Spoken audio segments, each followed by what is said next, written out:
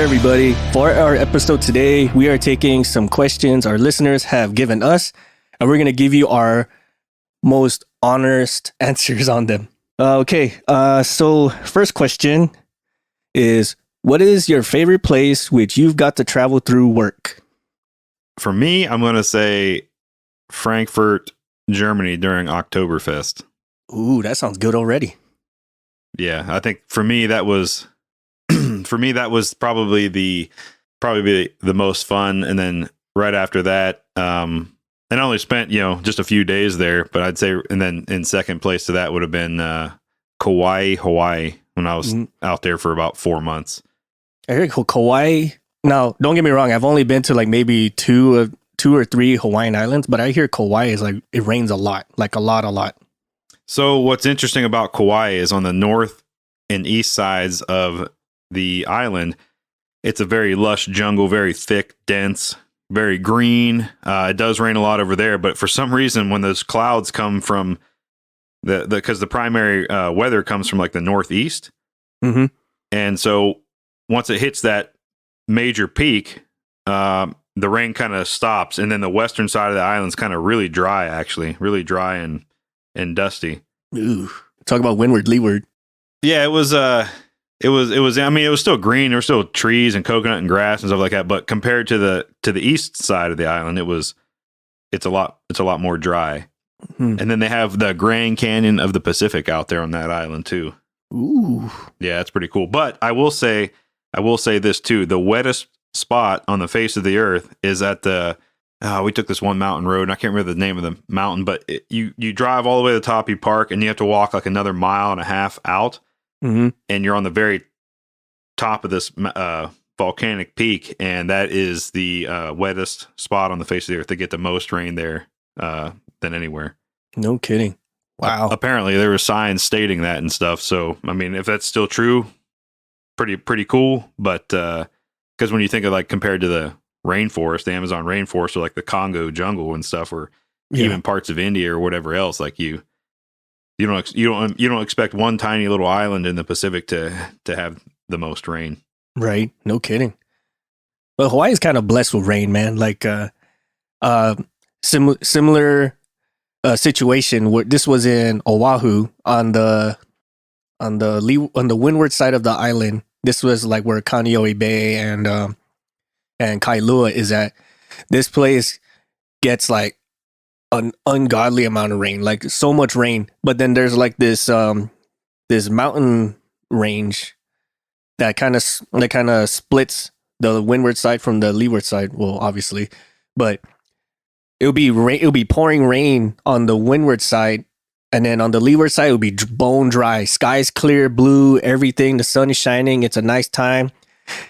And there was like this tunnel where the freeway goes into. And it's almost like you just went into a different state, like night and day, like on switch, off switch. That's exactly how Kauai was, except there was no tunnel you would drive through. But as you were driving, like the little town or village, whatever you want to call it, of Alei, like once you hit that town, it could be a wall of water, and as soon as you hit there, it's like a curtain. You just like cut through the curtain, and it's completely dry and cloud free and everything else. And you kind of turn around and look behind you, and you're going, "What the?" Right. Heck? Why did it stop here? And it always does. It always stops there. Right. That's how it was too. Like driving through that tunnel was like a wall. Like this is where the dark side is, kind of thing. The Shadowlands kind of thing. Like what's that kids movie? Zootopia, right? You go through like the tunnel and you're in the Sahara, and you go through another tunnel and you're in the Arctic zone. Yeah, or whatever. Yeah, exactly. Almost exactly like that. It was freaking crazy. Yeah, Charlene, how about you? What was the best place you've had to go through? Oh man, so mostly I stay in Washington, so I don't really travel outside of that.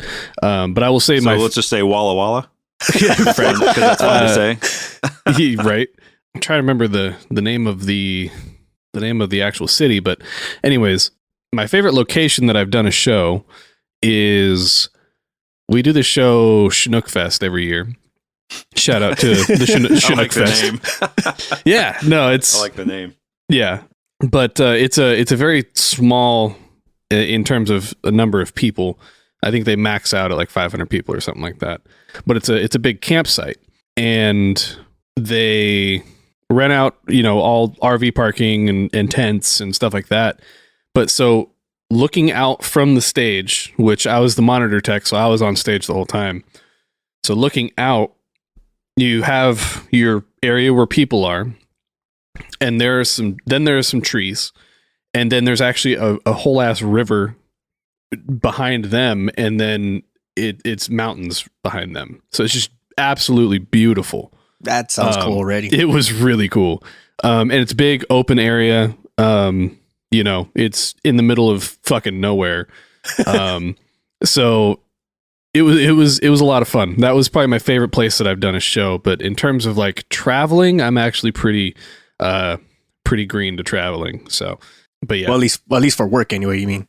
Yeah, true. Favorite place I've been, Cabo was phenomenal. Cabo just sounds like beautiful. A good time already. Yeah. Beautiful. There are some other places I've traveled around the world that I can't disclose due to the nature of course stuff or whatever. But I got to tell you, there's some really, really pretty places out there. There really are. And like even some of the most barren places, you're like, at sunset or sunrise, you're like, holy cow, this is impressive. You know what I mean? Yeah. I would say for me, the best place I've been to for travel was Australia. Now, I've only been through like 4 major cities in Australia. I think the best one I've been to thus far, as far as like things to do, was Perth, Australia. I've been to Sydney, but I guess I was at the wrong time of the year or something, because everything was kind of like not the place to be, I guess. Like nothing was really going on, and it was just kind of the same old scene, bars, nightclubs, bars. I'm like, okay, that's cool, I guess. I mean, there was the opera house, but that was about it. Like, I didn't actually get to see a show or anything like that. But Perth was fun. They had like this zoo that one that had almost all the animals available in Australia, and you could actually like go into the pen and mess around with them and whatnot to a certain degree and stuff. Like the world's most dangerous petting zoo. Yeah, yeah, pretty much. And that's when I learned like how dangerous kangaroos can really be, because they have massive claws, don't they? They go in there like, oh, how cute, and then just get mollywopped by a roo. Yeah. So picture like a Great Dane's foot, but it has like a cat's claws, and like it'll really mess you up. And those things can get up and go like really fast too. Like, yeah, what's the max speed of one of those things? I would I would say like they can cover about close to 30 feet in a single hop, I want to say. Now, Jesus, really? Now that's what I'm assuming, because they got up and went like quick, and it looks like it was like super effortless for them too. So I'm like, I would assume, like, correct me if I'm wrong, but it looks like they could hit 30 feet easy on a single hop. Holy cow. So and then Perth, I think this is all across Australia, but I think Perth was really prominent. Like, they do a lot of craft beers out there, like make their own beers. And there was this one beer in Perth that I only found at Perth, and I can't remember the name for the life of me, but it tasted like I was drinking a bowl of Fruit Loops. You know what I mean? No kidding. Interesting. Yeah. Like you know how like when you have milk and then it's just sitting there with the cereal, and then you kind of drink and it tastes sweet.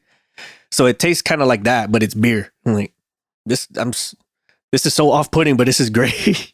We need to ask one of the Instagram followers. She's from down under. I wonder if she would know.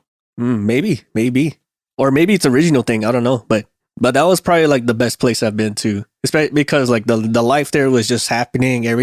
I guess we were there at the right time, because there was parties everywhere. There was people actually interacting and doing stuff, and the people around that area were just generally nice.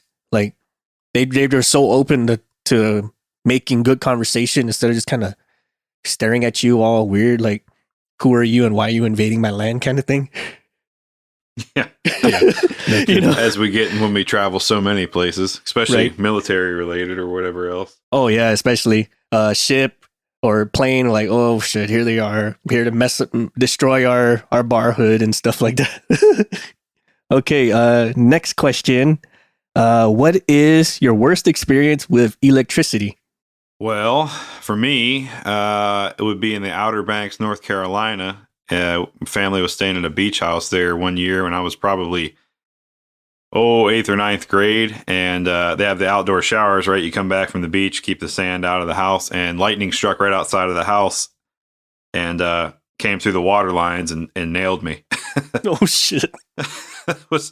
I know that question was more directed towards like, what was your worst experience with electricity on planes? But yeah, that was my worst experience in dealing with aircraft. You know what? I've been pretty fortunate. I haven't had too many bad experiences with electricity on aircraft. I did get to witness like a relay crap out, so it like heard a loud pop and then smoke and then the relay, and it was a decent sized relay. I don't remember what kind of power was running through it, but it was up inside a gear well, and just heard a loud pop and then smoke, and I was like, ooh, better shut that one down. But I was fortunate; I didn't get hurt or anything like that. So yeah, not me personally, but I've seen someone do this where they're working on the inverters of an aircraft, and they had the whole aircraft locked out, tagged out, says do not apply power and stuff like that. So he has his hands up in the thing, metal hardware and all, just doing what he needed to do on it. And then for whatever reason or another, someone decided to flip power on this aircraft. And then this guy basically becomes the bridge between two inverters and gets like the lightning strike of his life. And he was lucky to be alive, to be honest. I mean, I could imagine how many amps, volts, hertz went through that guy's body. It must have been quite enough for him to get kicked back like 10 or so feet. oh my God, that guy is lucky to be alive, because I feel like that's a one-time occurrence, right? That's your, like, hey, you got to get out of jail free card, but you won't be so lucky. Like next time, be careful plugging in your phone charger to the wall, because you might get it. You know what Right. I mean? Yeah. Next time we're pulling your card. Right.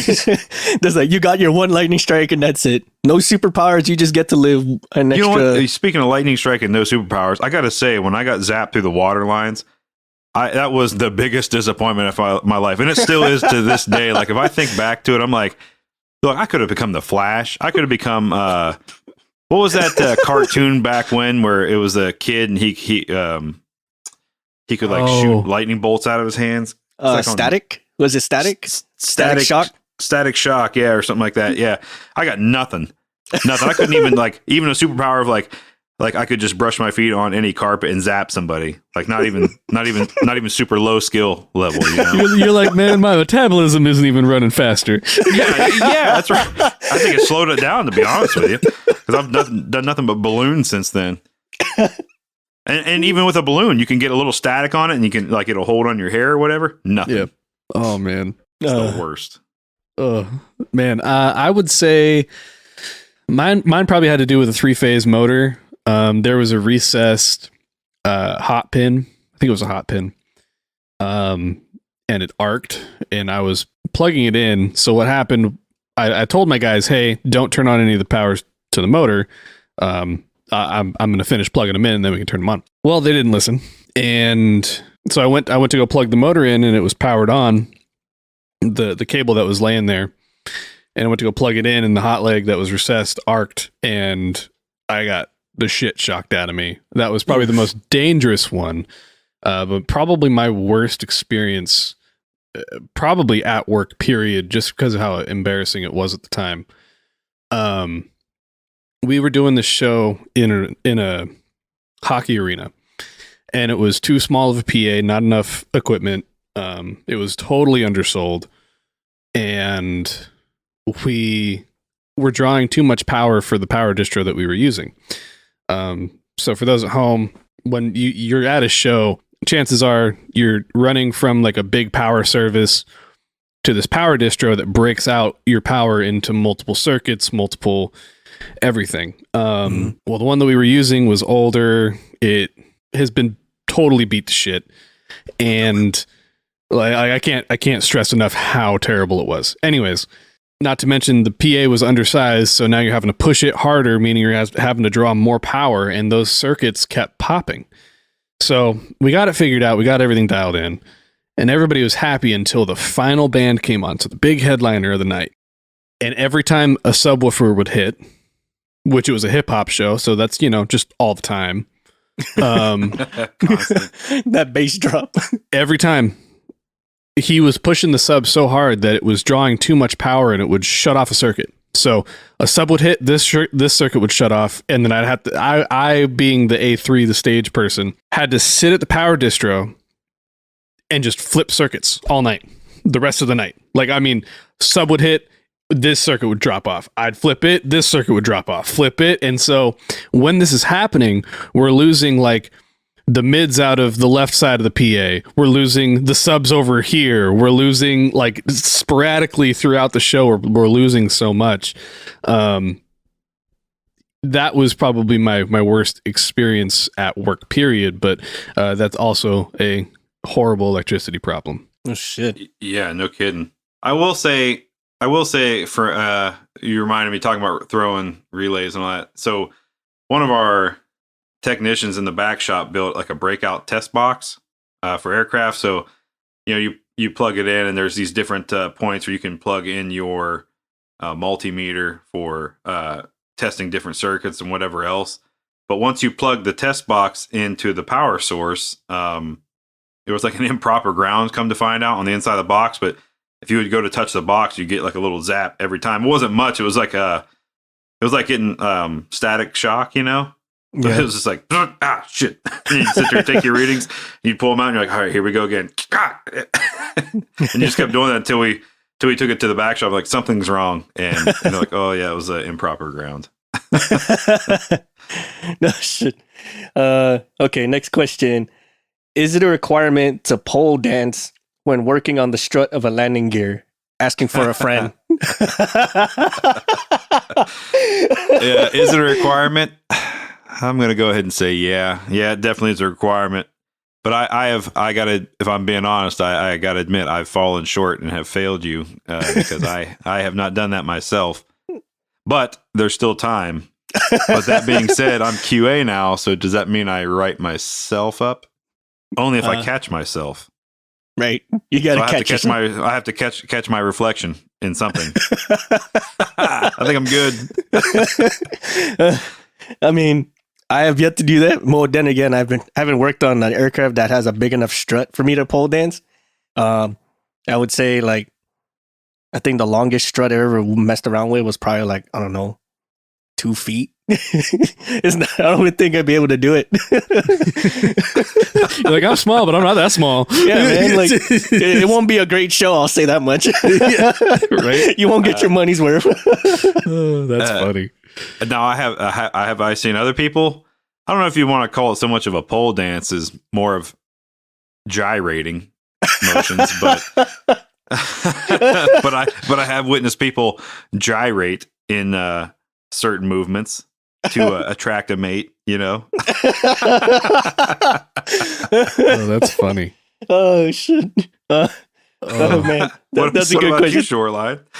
I have never done that actually. I've never pole danced on a strut. I've never been in a position to do so. What about how about just on stage in general? You work around a lot of stages. I've definitely never pole danced on a stage, but I have definitely. I'm just thinking of a time. So this summer, I was doing HVAC for one of these pop-up casinos, and the way I was sitting and pulling this tube, it was kind of near my junk. And so it just looked like I had this big HVAC penis. It was pretty funny. But, I got a picture somewhere. It was pretty great. It was a total accidental thing. But stuff. Yeah, there's inappropriate shit like that all the time. It's kind of a requirement of the job at this point. Yeah, be inappropriate when you can, as long as you're not hurting anybody else. Yeah, in today's world, you definitely got to look over your shoulder more to see who's around. Yeah, for sure. Before doing some of this stuff. It's the lovely part about my job. For the most part, everybody's pretty even keel. That's a good way to put it.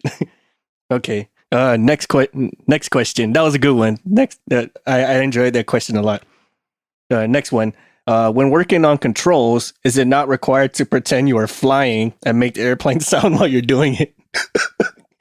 Oh, it is definitely a requirement, and I myself am guilty every time. Being a third 100%. party, yes, that's a requirement. Right? Yeah, it's a definite requirement. And then if that aircraft is capable of munitions, you definitely have to make the firing sound. Right. Or you got to make like a copious amount of Top Gun references, like I'm switching the guns, Goose. Eject, and you just go and walk out.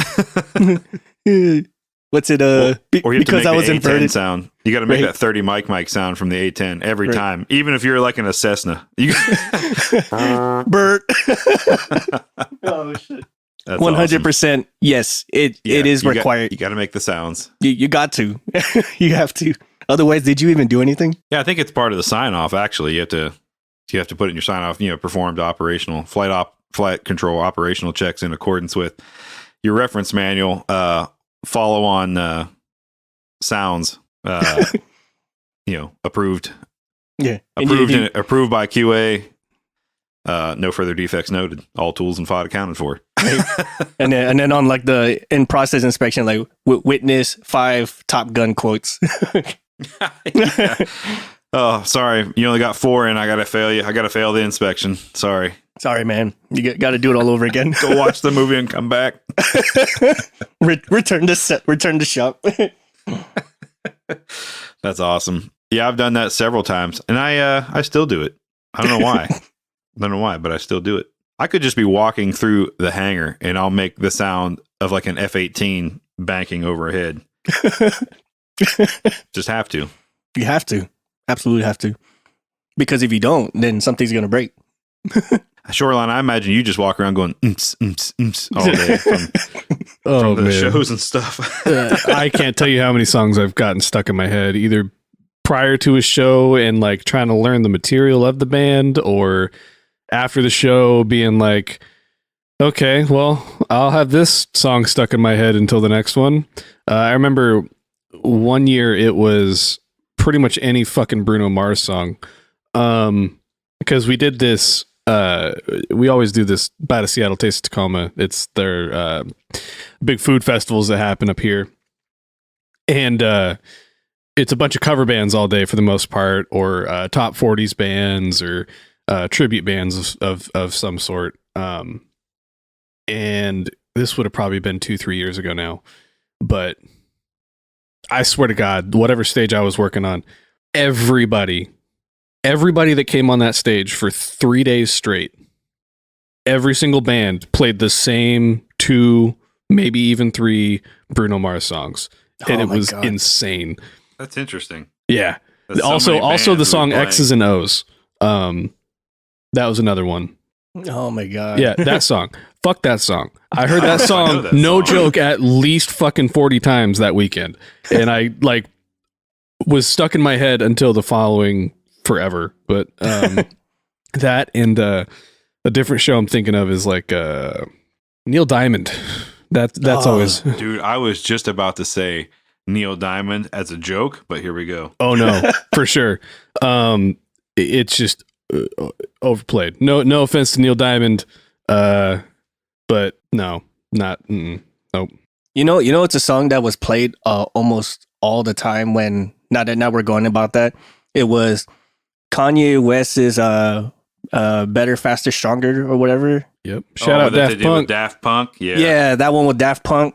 And then that one song with Justin Timberlake and 50 Cent, that AO Technology, I think it was called. Everywhere. Make it stop. Make it stop. That's when you get like the Slipknot song, like I push my fingers into my eyes. But sometimes you think about like when you go into the hangar too, like you'll have radios or something playing in the hangar, and like a lot of the pop radio stations, or really any radio station now, they play the same 10 songs on loop all day. Yeah. But you also get like if somebody plugs in like their iPod or whatever else, or their phone, and like they might play a song on repeat or whatever because they really like it. And like I've had to go to people like, I swear, if you want that iPod to be in one piece, when I come back into this hangar in 10 minutes, I swear I better hear a different song, one that I've never heard before. It could be polka, it could be Russian Underground. I don't care. It just has to be different. Literally anything. Cannot be Sweet Caroline. Literally anything. Sweet Caroline. No, see, it's going to be in your head now. It's going to happen. Hey, but I found a trick though. If a song is stuck in your head, you sing it the whole way through, and it's gone for the whole day. But what if you don't know the song the whole way through? Well, then just put. I don't know, man. I don't know. Listen to it. I don't know. I'll just keep doing what I've been doing and banging my head in the door. There you go. Yep. Right. The concussion helps me to forget. Right. I think this one is worth maybe looking into. So, Christine, who's an AMT student, asks, "What would you be doing if you weren't working aviation or your current job?" Ooh. Man. I don't know. Shit. I can answer this one for me while you guys think. So prior to following the audio route, I was actually thinking about being a truck driver or being a motorcycle mechanic. Those are my other two options, and fell into the whole audio thing. Wow. If I didn't choose to be an aircraft mechanic when I first signed up to join the Corps, I would have probably stuck to my original piece, which was probably be a grunt. So you would have most likely have seen me do probably no more than 4 years in the Corps, and I'd probably be telling all kinds of wild war stories about how we all circle jerked our barrels or something like that. For me initially, before I decided to go to A&P school, I initially thought I was going to do a therapist, like a psychological therapist. Was always been kind of interested in the mind and stuff like that. So that's something I was initially going to do, and then you're a young dumb kid, and then you graduate and you go, I don't feel like sitting in school for 4 to 8 years or whatever. So I end up hip fire decision to go to A&P school actually. And I always wanted to be a pilot too, but I wanted to be a fighter pilot, not just any pilot. But I think if I didn't go to A&P school, I probably would end up in flight school at some point, and then continue on with that. But yeah, the original before anything aviation was a therapist. Now let's just say I decided to quit aviation altogether. Now, I have a degree in security management, so I'd probably be doing something along those lines, or working, maybe I don't know about a police officer, but some sort of working some sort of security management firm or agency or whatever else. Nice, man. So at least you got that option should you ever decide to go for it. I never really thought about that. If I ever actually left the aviation community, I don't know. I'd probably do something along the lines where some kind of consultant, like here's your problem, here's how we can help you fix it kind of thing. I'm not exactly sure what, but that was something I could have probably leaned towards. Yeah, I mean, there's different firms out there like you go to, and a company will hire you. You go in and you kind of interview their people. They tell you, here's our problem. How can we, it might be a personnel problem. Hey, we're having a real big disconnect between management and personnel on the floor, and management saying, hey, we'd like to rectify it. What do we got to do? So you go around for interviewing a lot of people on the floor levels in all different positions, and interviewing some of the managers, and then you kind of say, look, here's what both sides are telling me, and here's what we feel needs to be done to rectify the situation. And you would kind of work through them with that, and either be a continued partner helping that business out, or it might just be a brief thing. Look, here's the things you need to implement, and go. Let us know if you need any more help. True that. Very true. You'd be good at that, I think. Yeah. Worth a shot. I can give it a whirl. I'll give it a whirl. Here, two more questions. What was the dumbest thing you've seen or heard of a new guy doing? There's Now, Well, I've seen guys have to go collect exhaust samples with a trash can. I've seen that.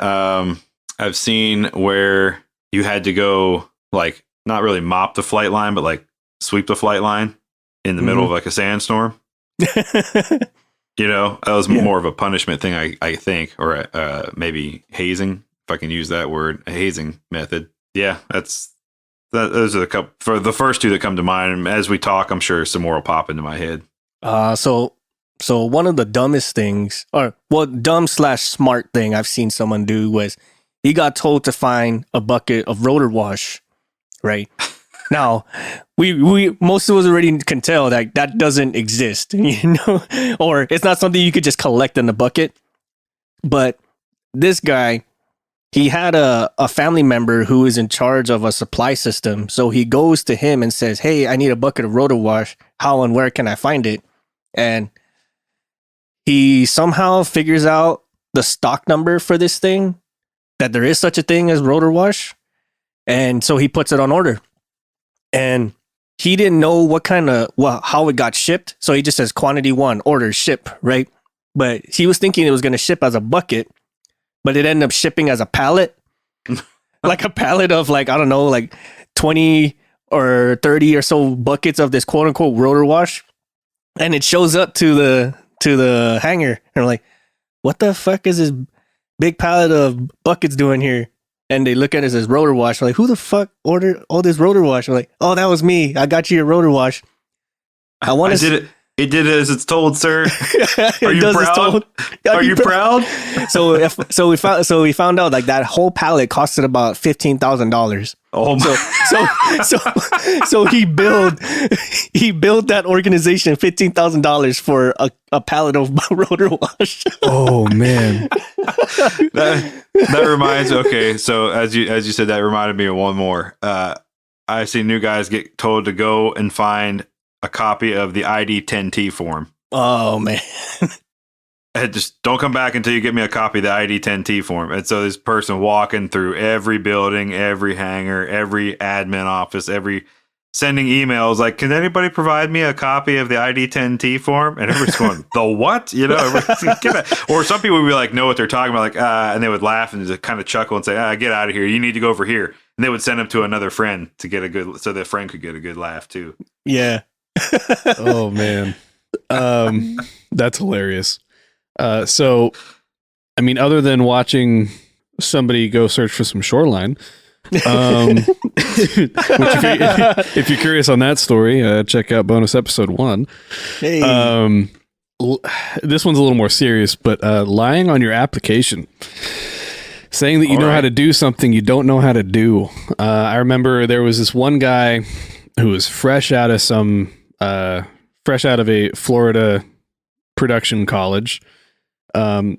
Said that he had been working on this sound board, this console, for 8 years, and we had a tour come through that required said console. This guy seemed like a perfect fit, seemed like a nice dude, seemed knowledgeable, especially on paper. And that's kind of the nature of it, is somebody signs up for a job that they can do and they do it, is the thought. But this guy didn't know what he was doing. And couldn't do the most fundamental things. Like, he had worked on this church soundboard for 8 years that had already been set up, that had already been done for him. He had never set up this console before. He had never truly worked on this console. And that was a bad day. I remember I was super green and I was having to boss him around. And this is a guy that had been quote unquote doing this for 8 years, you know?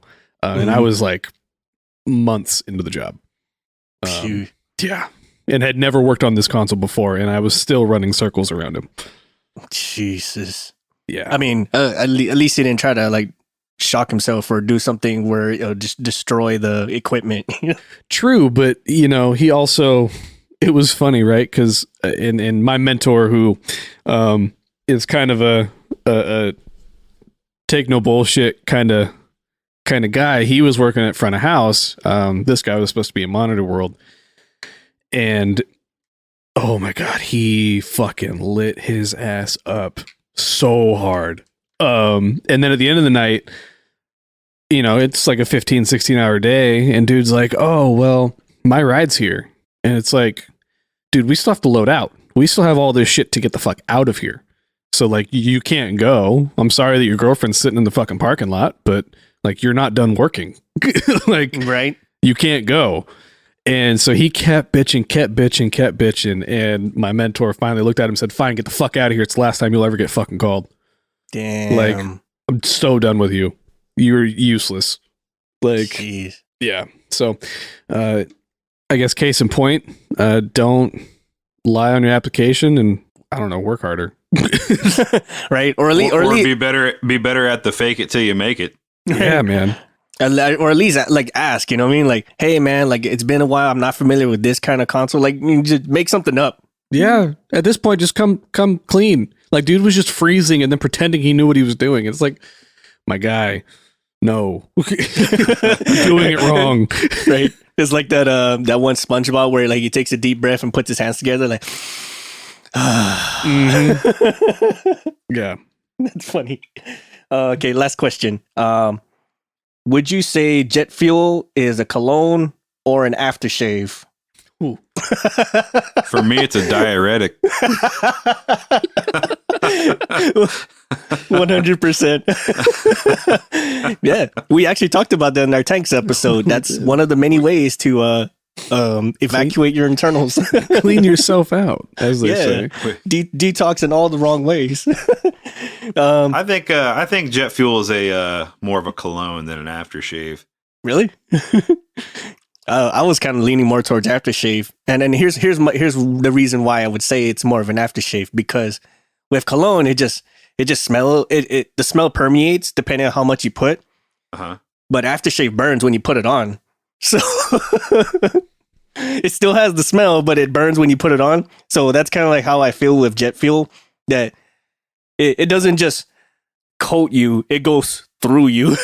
Okay. Well, I guess then with that being said, it depends on, I guess, whether it's used as a cologne or an aftershave depends on if you were actually working in the fuel and got it on you, or just happened to be in the same hangar bay as fuel maintenance was being done.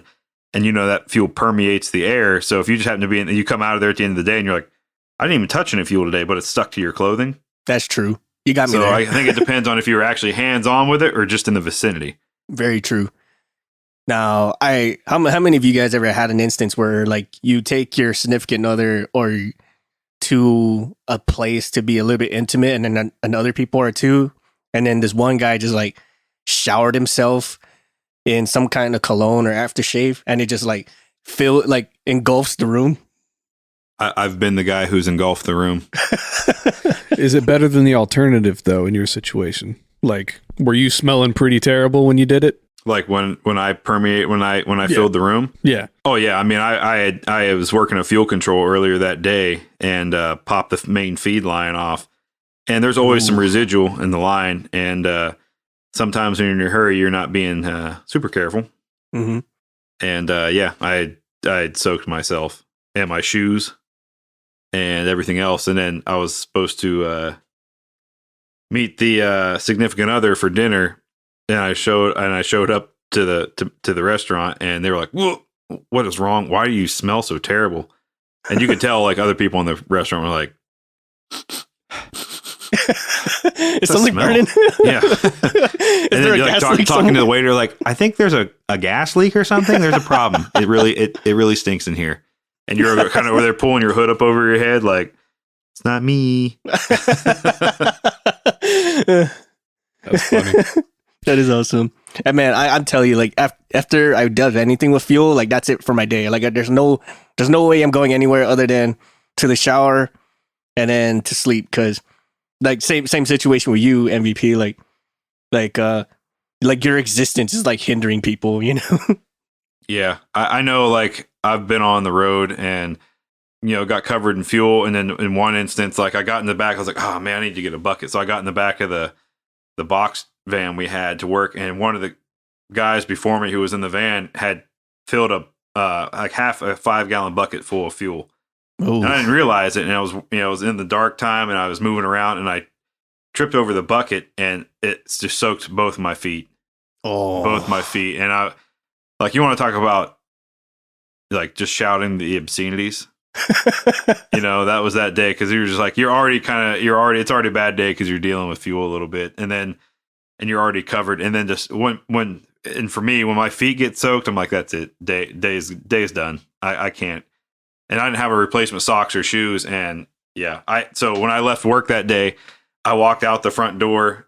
There's a trash can out in the parking lot, and I took off my socks and shoes and threw them in the garbage can there. I took off my shirt and shorts, threw them in the garbage can there, and rode home in my boxers. I mean, I've done that. It's better than having the whole car just reek of fuel. Yeah. And I learned that day to always bring a spare set of clothes and like maybe with the travel bottles of shampoo and soap and stuff. Yeah. Just in case. But that was, lesson learned the hard way. But then after that, I always had a change of clothes in the car. Yeah. I'm the same way. So almost verbatim what I went through, except that it went through my shorts and not my shoes. Okay. So that was a fun time. Like, well, so much for this underwear, so much for my shorts, so much for everything that was covering it that went through along the way.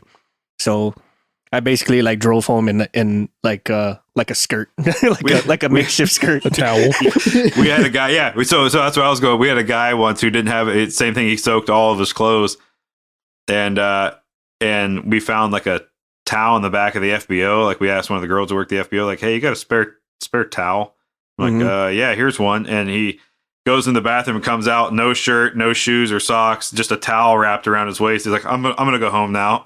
Gets in his car in a towel and drives home. Yep, that was me, 100% me. And then on the way out, you know how much like fuel just dries out your skin and stuff. So I'm like asking people, like, hey, do you guys got any kind of like moisturizer, lotion, like hand sanitizer that doubles as lotion? Nothing or something, and nobody had one for whatever reason. So I had to go to like one of the secretaries or like welcome desk people, and this was probably like the most sexist thing I've asked somebody, like just who I never knew, like, do you have some hand lotion I can borrow from you? As you're just standing there in front of him in a towel. Towel, yeah. You're like, no, I swear it's for my skin. It's I got fuel on me you wouldn't understand. Yeah. Yeah. So fuel is like pig poop, man. If anybody out there has ever raised pigs or been around pigs for any extent of time, pig poop, the smell of it permeates your skin, and even after you shower you still smell a little bit like pig poop. It's a very strong smell, and jet fuel is just like that. Absolutely. I mean, I know exactly what you mean. So imagine me, like I'm standing there asking someone for lotion, and I'm pretty much in the same getup as the Old Spice dude.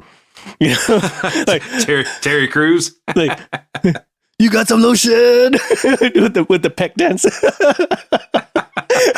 Odor blocker lotion. Yeah, that's exactly what it is. Oh man! So those are the questions for today. I had a ton of fun with some of these questions. Yeah, they're pretty good. I hope you listeners keep pummeling us with more questions, because I enjoy answering those. These are some of the most fun episodes. Absolutely. Yeah, no, I appreciate these episodes a lot. It gives us a break in like trying to write an episode. You guys really help it write itself, and it's a lot of fun. We enjoy it a lot. Very much. Yeah, I reminisce on a lot of things that I thought I forgot, and then the question gets asked, and I'm like, oh, okay, all right. Well, and we also get to go more in depth into some stories that maybe we've told in passing, which is pretty cool. Definitely, most definitely. We would like to thank our patrons for supporting our show and allowing us to keep producing episodes, bring on guests, and keep Shoreline Ever happy to help produce our show. With special thanks to Erica Lamont, Chris Hawkins, Stephanie Boatman, Jenny Dignan, Ryan Frushauer, Daniel Schubert, Stephen Shivers, and all our patrons and you listeners out there. Thank you again so much for all your support. If you have ideas, topics, or stories for the show, or you'd like to be a guest on the show, visit cancelformaintenance.com, drop us a line on our contact us section, and we'll do what we can to get you or your ideas on the show.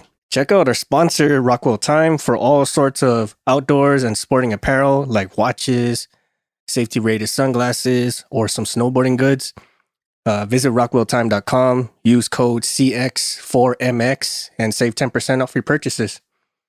Again, support us on Patreon at patreon.com/cancelformaintenance. Patronage, again, allows us to continue making episodes, maintain our gear, and patrons get exclusive perks such as access to our Discord, which is where we get a lot of our ideas, and we get more interaction with you, and discounts to upcoming merch, which our shop should be launching sometime in the very near future. Thanks, everybody. Thank you. Have a great day.